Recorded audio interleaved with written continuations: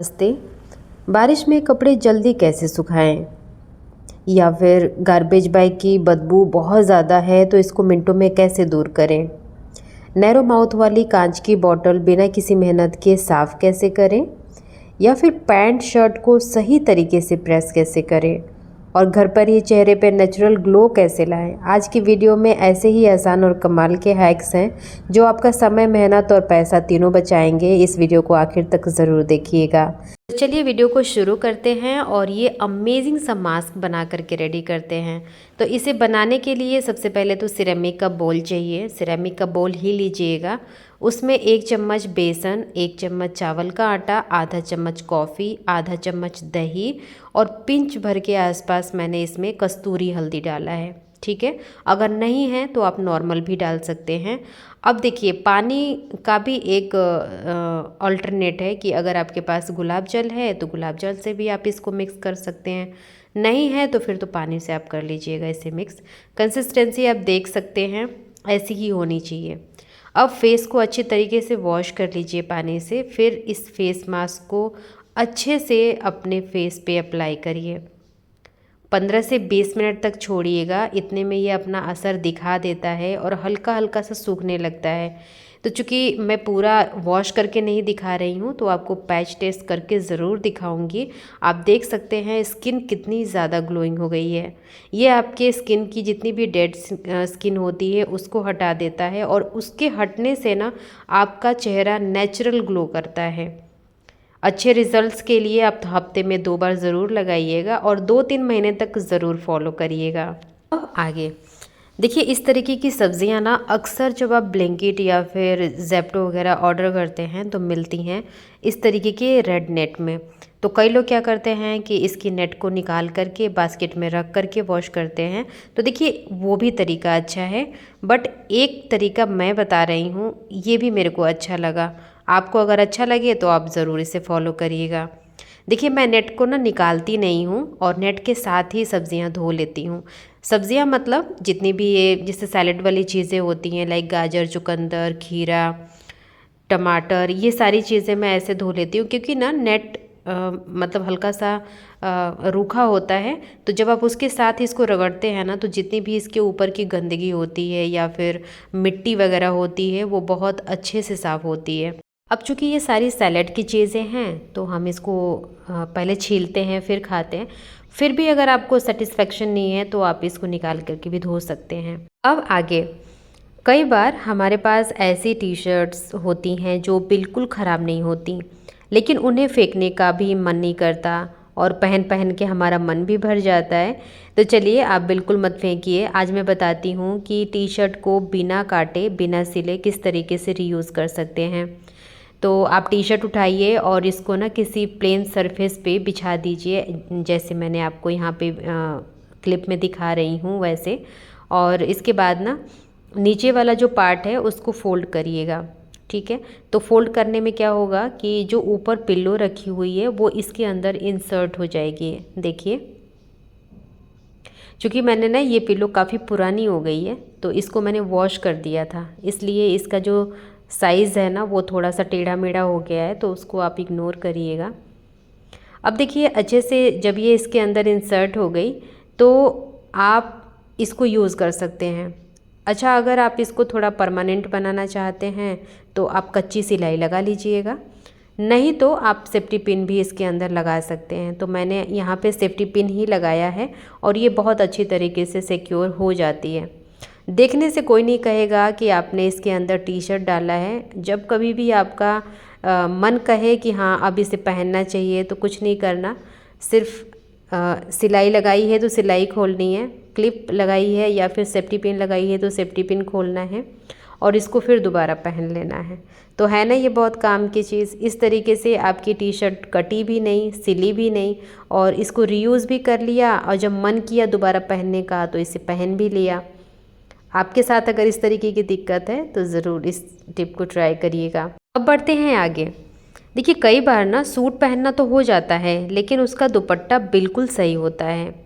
अब इतना सुंदर दुपट्टा फेंकने का मन ही नहीं करता और एक ही तरह से कुशन कवर्स देख देख करके भी आप बोर हो जाते हैं।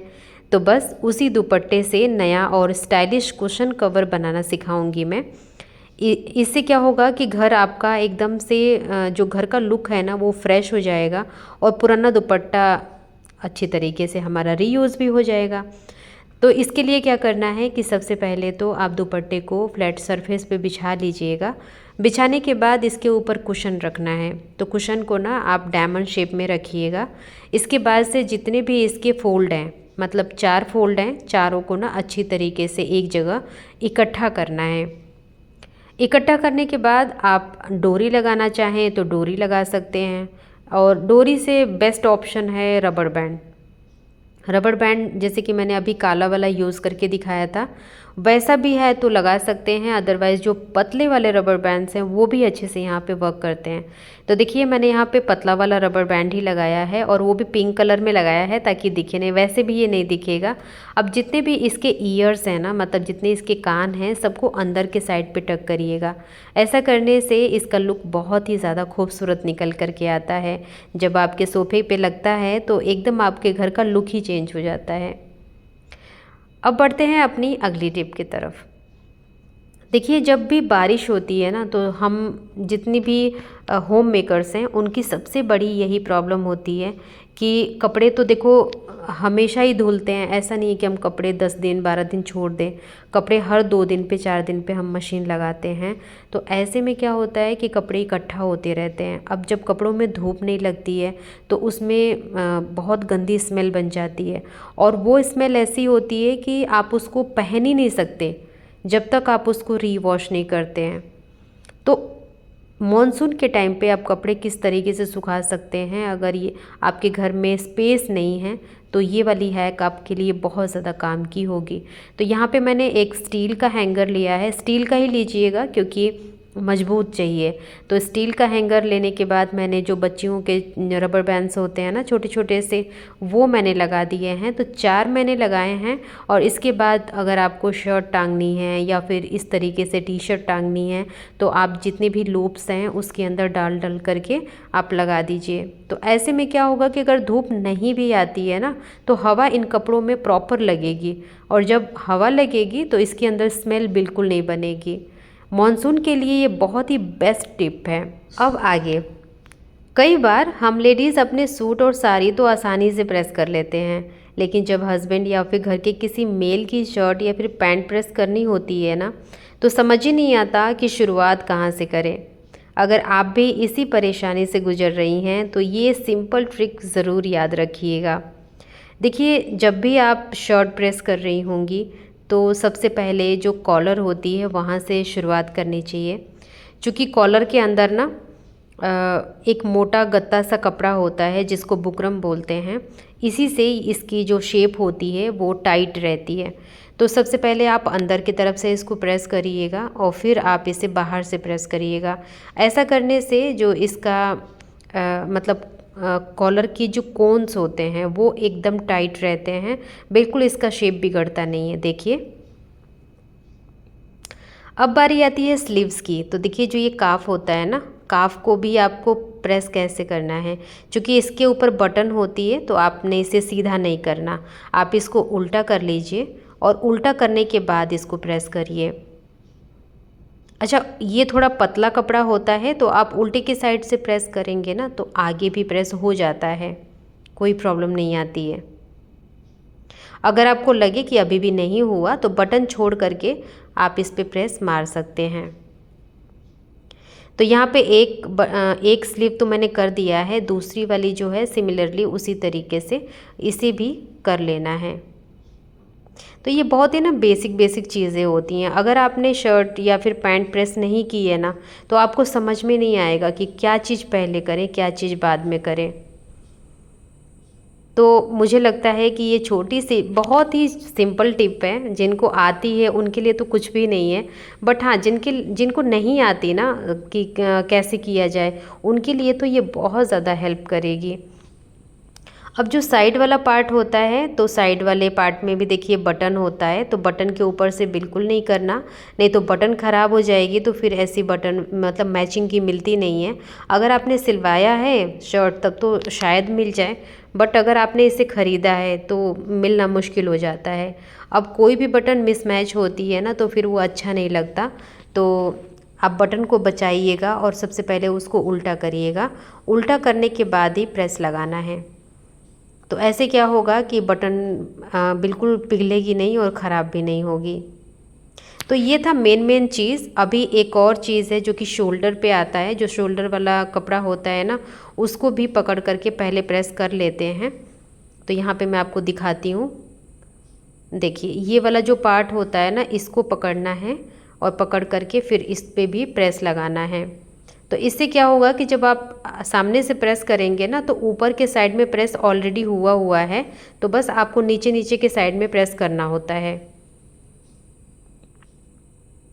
तो ये थे बेसिक इसके टिप्स। इसके बाद जो भी फैब्रिक है उसको आप आराम से बिछाइए और अच्छी तरीके से करिए। मैं तो देखिए अंदर के साइड से प्रेस करती हूँ, क्योंकि ना कई बार कपड़ों में ना एक चमक सी आ जाती है प्रेस की, तो वो बिल्कुल नहीं। जैसे कि अभी ये वाइट है तो इस पे तो इतना ज़्यादा नहीं पता लगता, बट अगर आप डार्क कलर की किसी शर्ट को करते हैं ना, तो उस पे शाइन शाइन सी आ जाती है, जो कि बहुत बुरा लगता है।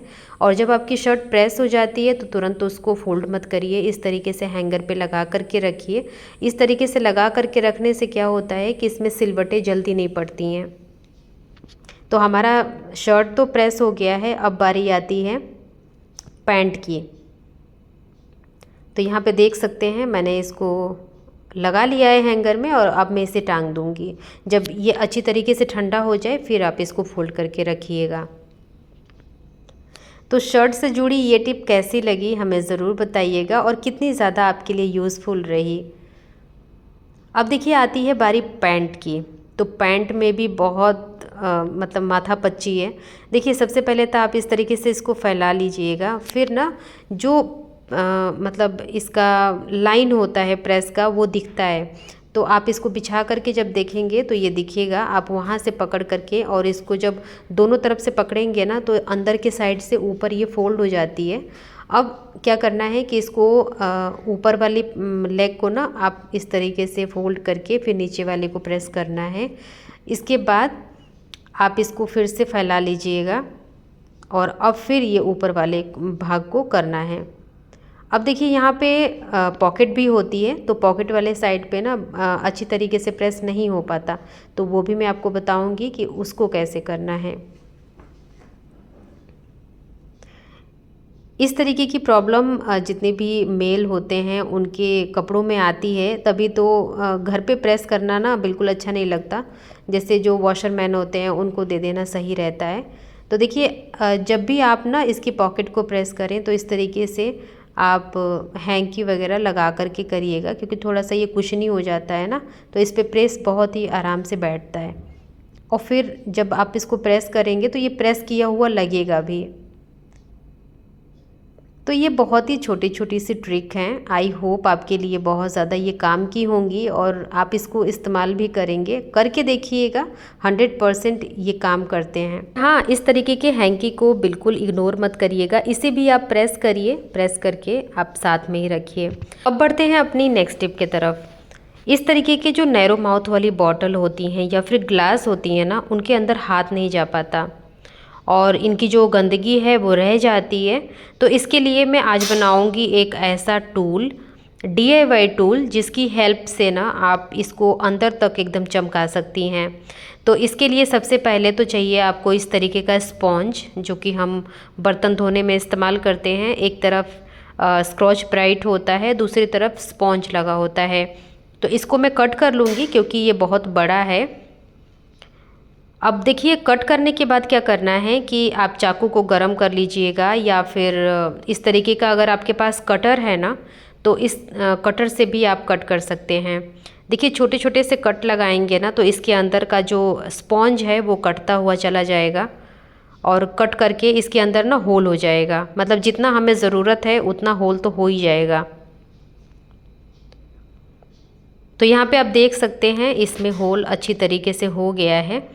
अब क्या करना है कि आप ना लाइटर ले लीजिए या फिर मोमबत्ती जला लीजिए, या फिर अगर ये दोनों चीज़ नहीं है तो आप गैस जला करके भी ये काम कर सकते हैं। यहाँ पे आपको एक टूथब्रश की ज़रूरत होगी, जो कि पुराना ले लीजिएगा और इस तरीके से ना इसको जलाना है। तो जैसे ही आप इसको जलाएंगे ये मेल्ट होने लगेगा और इस जलते हुए ही ना इसके अंदर आपको इंसर्ट करना है। और मैं आपको बता रही हूँ बहुत ही सावधानी से करिएगा, वरना आपके हाथ भी जल सकते हैं। तो जैसे ही ये इसके अंदर गया तो गर्म था ही, अब ये जो स्पॉन्ज है वो अच्छी तरीके से चिपक जाती है। तो ये टूल हमारा बन के रेडी है। और अगर आप इसे चाहते हैं कि बिल्कुल मार्केट के जैसा दिखे तो जितने भी इसके साइड्स हैं उसको कट कर लीजिएगा। कट करने के बाद ये बिल्कुल वैसा ही दिखता है। तो अगर आपके पास आपके हाथों में कला है तो आप इस तरीके से ज़रूर बनाइएगा। बाहर की चीज़ें तो देखिए ख़रीद करके आराम से मिल ही जाती हैं, बट इस तरीके की जो चीज़ होती है जो अपने हाथों से बनाई जाती है उसका मज़ा ही अलग होता है। अब आप कितनी भी नैरो माउथ वाली बॉटल हो, ग्लास हो, उसको अच्छी तरीके से साफ़ कर सकते हैं। अंदर की जो पेंदी वाला साइड होता है ना वो भी अच्छी तरीके से चमक जाएगा। तो ये टिप तो बहुत ज़्यादा काम की है और मैं तो इसको इस्तेमाल भी कर रही हूँ और बहुत अच्छे से ये वर्क कर रहा है। अब चूँकि देखिए इसको हम हैंग करेंगे तो जो इसका टॉप वाला पार्ट है वहाँ पे भी आप चाकू गरम करके होल कर लीजिएगा। फिर इसके अंदर एक धागा बांध करके नॉट लगाइएगा और आपका जो ये टूल है ना ये बिल्कुल रेडी है। आप इसे अपने सिंक एरिया के पास कहीं भी हैंग कर सकते हैं, जब ज़रूरत लगे तो आप इसको यूज़ कर सकते हैं। अब बढ़ते हैं अपनी नेक्स्ट टिप की तरफ। तो यहाँ पे देखिए जब भी आप ना गार्बेज, जैसे कि अभी इस टाइम पे बरसात का टाइम है तो ऐसे में ना बहुत ज़्यादा नमी होती है और कूड़ा भी बहुत जल्दी सड़ने लगता है। तो जब भी आप गार्बेज बैग रेडी करते हैं तो तुरंत आप कूड़ा मत डालिए, उसके नीचे आप लगाइए इस तरीके से टिश्यू पेपर के ऊपर ना कोई सा भी एसेंशियल ऑयल, मेरे पास ये लेमन ग्रास का एसेंशियल ऑयल है, बहुत अच्छी खुशबू आती है। अगर आप चाहें तो नीचे न्यूज़पेपर भी लगा सकते हैं।